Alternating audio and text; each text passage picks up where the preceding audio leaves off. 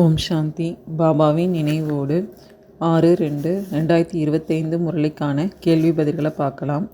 முதல் கேள்வி, சங்கம யுகத்தில் குழந்தைங்களாகிய நீங்கள் எந்த ஒரு மிகச்சிறந்த அதிர்ஷ்டத்தை ஏற்படுத்தி கொள்கிறீங்க அப்படின்னு பாபா கேட்குறாங்க. பதில், முள்ளிலிருந்து நறுமணமுள்ள மலராக ஆவது. இது எல்லாவற்றையும் விட மிக உயர்வான அதிர்ஷ்டமாக இருக்குங்கிறாங்க பாபா. ஒருவேளை ஏதாவது ஒரு விகாரம் உள்ளது என்றாலும் அது முள்ளாக இருக்குது. முள்ளில் இருந்து மலர் ஆனீர்கள் என்றால் அப்பொழுதுதான் சதோ பிரதான தேவி தேவதையாக ஆவீங்க. குழந்தைங்களாகிய நீங்கள் இப்பொழுது 21 தலைமுறைகளுக்கு தங்களுடைய சூரிய வம்ச அதிர்ஷ்டத்தை அமைக்க வந்திருக்கிறீங்க அப்படின்னு பாபா சங்கம யுகத்தில் நம்ம ஒரு சிரேஷ்டமான அதிர்ஷ்டத்தை ஏற்படுத்தி கொள்ளணும்னு சொல்லியிருக்காங்க. நெக்ஸ்ட்டு, எந்த பூக்களுக்கு இடையே இரவு பகல் வித்தியாசம் உள்ளதுன்னு பாபா கேட்டிருக்காங்க. அதுக்கான பதில், சிவன் மீது மலர்களை சமர்ப்பிக்கிறாங்க. ஒருவர் ஏதோ ஒரு விதமான மலரை சமர்ப்பிக்கிறாங்க, மற்றொருவர் இன்னொரு விதமான மலரை சமர்ப்பிக்கிறார். ரோஜா மலர் மற்றும் எருக்கம் பூவிற்கிடையே இரவு பகலுக்கான வித்தியாசம் இருக்குதுங்கிறாங்க பாபா. இதுவும் தோட்டமாக இருக்குது. ஒரு சிலர் மல்லிகைப்பூ, ஒரு சிலர் செண்பகப்பூ, ஒரு சிலர் ரத்தின ஜோதியாக இருக்கிறாங்க, ஒரு சிலர் எருக்கம் பூவாக இருக்காங்க அப்படிங்கிறாங்க பாபா. இந்த சமயத்தில் எல்லோருமே முட்களாக இருக்கிறாங்க என்பதை குழந்தைங்களாகிய நம்ம மட்டும்தான் தெரிஞ்சிருக்கிறோம். இந்த உலகமே முட்களின் காடாக இருக்குது. இதை புதிய உலகத்தின் மலராக உருவாக்க வேண்டும்னு பாபா சொல்லியிருக்கிறாங்க. நெக்ஸ்ட்டு, எந்த விஷயம் புது உலகத்திற்கான விஷயமாக உள்ளதுன்னு பாபா கேட்குறாங்க. அதுக்கான பதில், நாம் புது உலகத்திற்கான அதிர்ஷ்டத்தை எழுப்புவதற்காக வந்திருக்கிறோம். புது உலகம் சத்யுகம் ஆகும். ஒருவருடையது சதோ பிரதான அதிர்ஷ்டமாக இருக்குது, அடுத்தவருடையது ரஜோ தமோவாக இருக்குது, இன்னொருவர் சூரிய வம்சத்தின் ராஜாவாக இருக்கிறாரு, வேறொருவர் பிரஜையாக இருக்கிறாரு, இன்னும் சிலரோ பிரஜைகளுக்கு கூட வேலைக்காரர் ஊழியராக இருக்கிறாரு. இது புது உலகத்தின் ராஜ்யம் ஸ்தாபனை ஆகி கொண்டிருக்குதுங்கிறாங்க பாபா.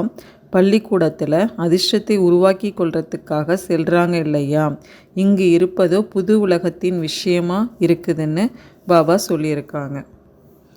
நெக்ஸ்ட்டு, எத்தனை தலைமுறைக்கான விஷயமாக இது இருக்குதுன்னு பாபா சொல்லியிருக்கிறது என்ன? பதில், 21 பிறவிகளுக்கு ஆஸ்தி தந்தையிடமிருந்து கிடைக்குது. அதற்கு 21 தலைமுறைன்னு சொல்லப்படுது.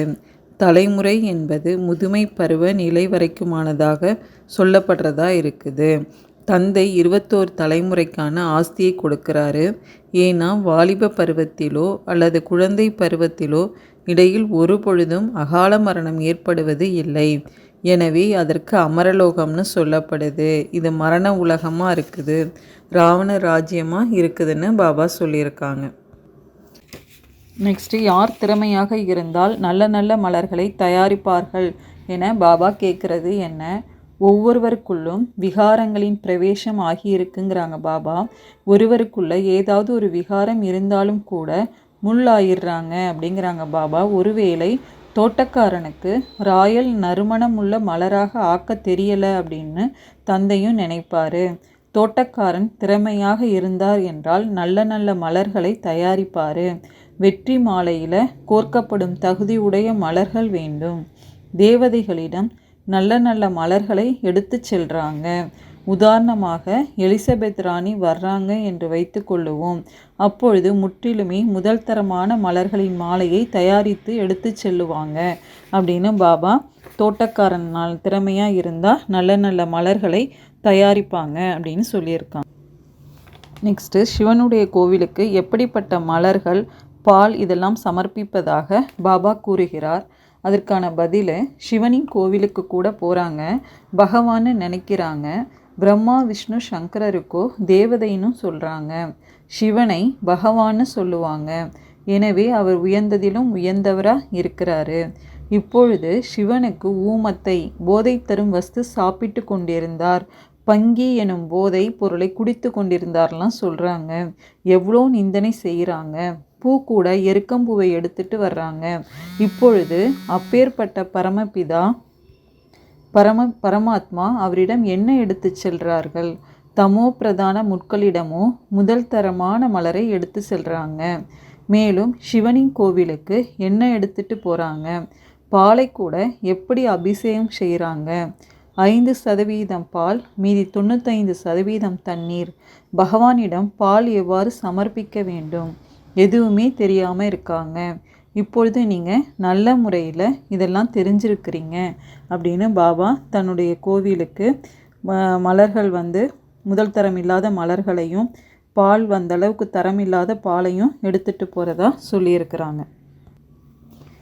எல்லைக்குட்பட்ட இனம், எல்லை இல்லாத இனம் என பாபா சொல்கிறது என்ன?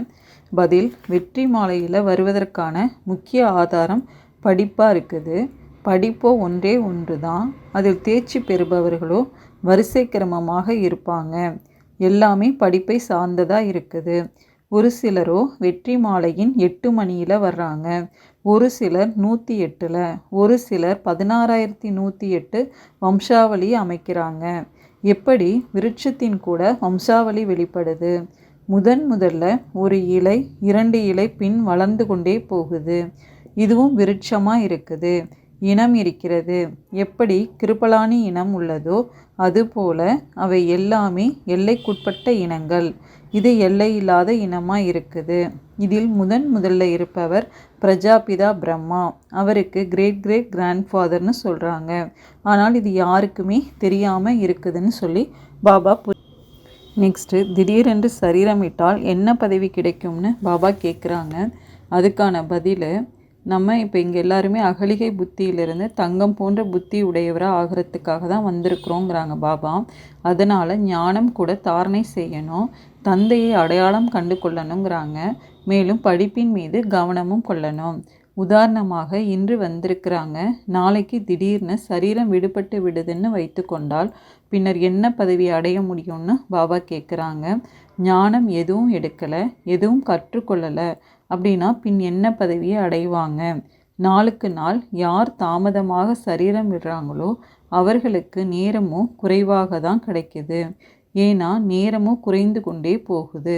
அதில் ஜென்மம் எடுத்து என்ன செய்ய முடியும்னு பாபா கேட்குறாங்க. உங்களில் யாராவது சென்றார்கள் என்றால் ஏதாவது ஒரு நல்ல வீட்டில் ஜென்மம் எடுப்பாங்க, சம்ஸ்காரத்தை எடுத்து செல்கிறாங்க.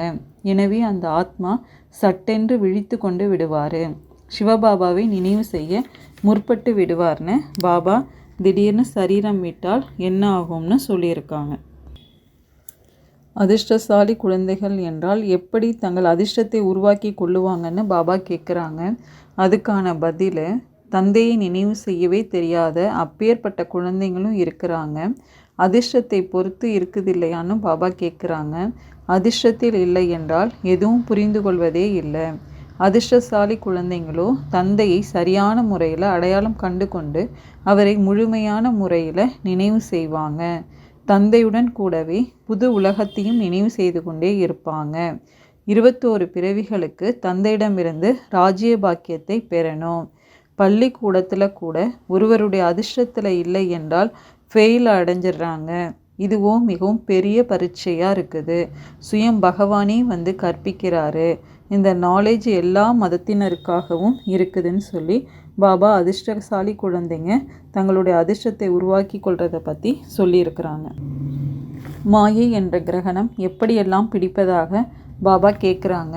அதுக்கான பதில், சத்தியுகத்தில் இருந்த தெய்வீக குணமுடைய மனிதர்களோ பிறகு அசுர குணமுடையவர்களாக ஆகிடுறாங்க. மாயின் கிரகணம் பிடித்து விடும் பொழுது கருப்பாக ஆகிடுறாங்க. எப்படி சந்திரனுக்கு கூட கிரகணம் பிடிக்குது இல்லையா? அது எல்லைக்குட்பட்ட விஷயங்கள், இது எல்லையில்லாத விஷயங்களாக இருக்குது. எல்லையில்லாத பகல் மற்றும் எல்லையில்லாத இரவாகவும் இருக்குது. பிரம்மாவின் பகல் மற்றும் பிரம்மாவின் இரவுன்னு பாடுறாங்க அப்படின்னு பாபா மாயை என்ற கிரகணம் எப்படியெல்லாம் பிடிக்கிறதாக சொல்லியிருக்கிறாங்க. நெக்ஸ்ட்டு பக்தி மார்க்கத்தில் இருக்கிறவங்க யாரை சந்திப்பதற்கான மார்க்கம்னு அவங்க நினைக்கிறாங்க அப்படின்னு பாபா கேட்குறது என்ன? பதில், பக்தி மார்க்கம் பகவானை சந்திப்பதற்கான மார்க்கம்னு மனிதர்கள் நினைக்கிறாங்க. எந்த அளவு நிறைய பக்தி செய்வோமோ அதன் மூலம் பகவான் திருப்தி அடைகிறாரு, மேலும் அதற்கான பலனையும் கொடுப்பார்னு நினைக்கிறாங்க. இந்த எல்லா விஷயங்களையும் நீங்கள் தான் இப்போ புரிஞ்சிருக்கிறீங்க. பகவான் ஒருத்தர் தான். அவர் எப்பொழுது தான் பலனை அளித்து கொண்டிருக்கிறார். இப்போ தான் அவர் பலனை அளித்து கொண்டிருக்கிறாருங்கிறது நமக்கு தெரியுதுங்கிறாங்க பாபா. யார் முதல்ல சூரிய வம்சத்தில் பூஜிக்கத்தக்கவர்களாக இருந்தார்களோ அவர்கள்தான் எல்லோரையும் விட அதிகமான பக்தி செஞ்சிருக்கிறாங்க. அவர்களே தான் இங்கு வருவாங்க. நீங்கள் தான் முதல்ல சிவபாபாவின் முன்பு அவரை மட்டும் பக்தி செஞ்சிருக்கிறீங்க. அதனால் அவசியம் நீங்கள் தான் முதலான பக்தர்களாக இருக்கிறீங்க. பிறகு கீழே விழுந்து விழுந்து தமோ பிரதானமாக ஆகிறீங்க. அரைக்கல்பம் நீங்கள் பக்தி செஞ்சீங்க. எனவே உங்களுக்கு தான் முதல்ல ஞானம் கொடுக்குறாருன்னு பாபா சொல்கிறாங்க. உங்களிலும் கூட வரிசை கிரமமாக இருக்கிறாங்கன்னு பாபா சொல்லியிருக்கிறாங்க. நெக்ஸ்ட்டு, எதற்கு சாக்கு போக்கு சொல்லிக்கொண்டு வீட்டில் இருந்து விடக்கூடாதுன்னு பாபா கேட்குறது என்ன? பாபா பதில் சொல்கிறாங்க, நாங்கள் தூரத்தில் இருக்கிறோம், அதனால் தினமும் எங்களால் படிக்க முடியாதுன்னு சாக்கு போக்கெல்லாம் உங்களுடைய இந்த படிப்பில் நடக்காதுங்கிறாங்க. ஒரு சிலர் நாங்கள் 10 மைல் தூரத்தில் இருக்கிறோங்கிறாங்க. பாபாவின் நினைவில் நீங்கள் 10 மைல் கூட கால்நடையாக செல்றீங்க என்றாலும் கூட ஒரு பொழுதும் களைப்பு ஏற்படாது. எவ்வளோ பெரிய கஜானா எடுப்பதற்காக வந்திருக்கிறீங்க. தீர்த்தங்களில் மனிதர்கள் தரிசனம் செய்வதற்காக கால்நடையாக செல்கிறாங்க. எவ்வளோ அடி வாங்குறாங்க. இதுவோ ஒரே நகரத்தின் விஷயமா இருக்குது. நான் இவ்வளவு தூரத்திலிருந்து வருகிறேன்னு தந்தையும் சொல்கிறாரு. நீங்கள் வீடு 5 மைல் தூரத்தில் உள்ளதுன்னு சொல்கிறீங்க. கஜானாவை பெறுவதற்காக ஓடி வந்தாக வேணும். அமர்நாத்தில் தரிசனம் செய்வதற்காக மட்டுமே எங்கிருந்தோ வர்றாங்க. இங்கோ அமர்நாத் பாபா சுயம் கற்பிக்க வந்திருக்கிறாரு. உங்களை உலகத்தின் அதிபதியாக ஆக்க வந்திருக்கிறேன் அப்படிங்கிறாரு. நீங்கள் சாக்குப்போக்கு சொல்லி கொண்டு இருக்கிறீங்க. அமிர்த வேலை நேரத்தில் யார் வேண்டுமானாலும் வர முடியுங்கிறாங்க பாபா. அந்த நேரத்தில் எந்த பயமும் இல்லை. யாரும் உங்களை கொள்ளையடிக்கவும் மாட்டாங்க. ஒருவேளை ஏதாவது பொருள், நகைகள் ஆகியவை இருந்தால் தான் பறிப்பாங்க. திருடர்களுக்கு தேவையே பணம் மற்றும் பொருட்கள் தான். ஆனால் ஒருவருடைய அதிர்ஷ்டத்தில் இல்லை என்றால் பின் நிறைய சாக்குப்போக்குகளை சொல்லுவாங்க அப்படின்னு பாபா சாக்குப்போக்கு சொல்வர்களை பற்றி சொல்லியிருக்கிறாங்க.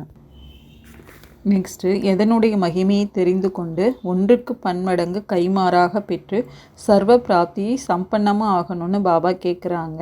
அதுக்கான பதில், சங்கம யுகத்தில் பாப்தாதாவின் வாக்கு 1 கொடு 1,00,000 எடு.